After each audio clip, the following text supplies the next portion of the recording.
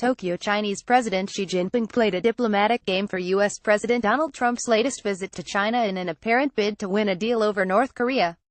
Xi sought to avert strong calls from Trump for China to get tough on North Korea by laying on lavish state visit plus red carpet treatment for the U.S. leader. A great gift was also offered: $250 billion business deals between the U.S. and China, including purchases of American goods. Even if some of the details were missing, the package sounded magnificent. A key question of the extravagant arrangements by Xi is how they will affect the Trump administration's policy toward China. The problems of North Korea and the South China Sea could grow more serious if the U.S. makes concessions to China in the question of security. Japan, South Korea and other allies of the U.S. need to continue prompting the Trump administration not to give way to Beijing. The Trump administration appears aware of potential risks of playing into China's hands. It is impossible for the U.S. to compromise with China in the question of security, administration officials said. The security of the U.S. itself would be impaired if the administration should make any compromise on this question, they added. In particular, the U.S. is most unlikely to ever soften its stance on China in connection with North Korea.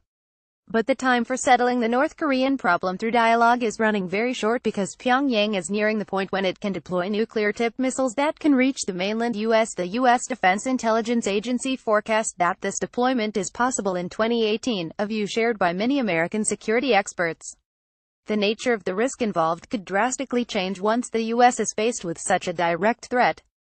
Calls for hardline countermeasures may grow stronger among U.S. lawmakers and citizens once they become aware that they are exposed to the danger of nuclear attack, greatly affecting Trump's policy judgment.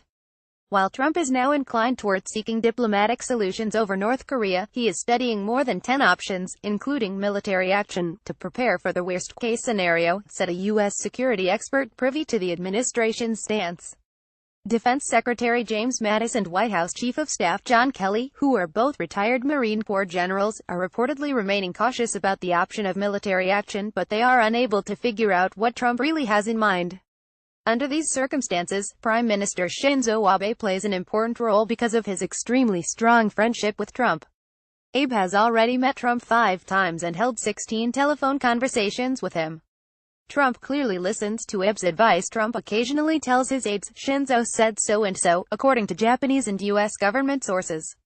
If the relationship between the two leaders is as close as reported, Abe should intensify his communications with Trump to prevent the U.S. president from making hasty judgments.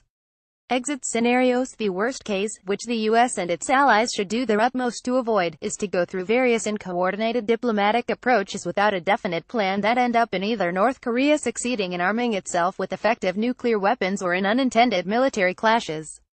What should be done then? It is time for Japan, the U.S. and South Korea to work out an exit from the crisis, in coordination with discussing specific measures with China. Needless to say, the North Korean problem should be settled peacefully.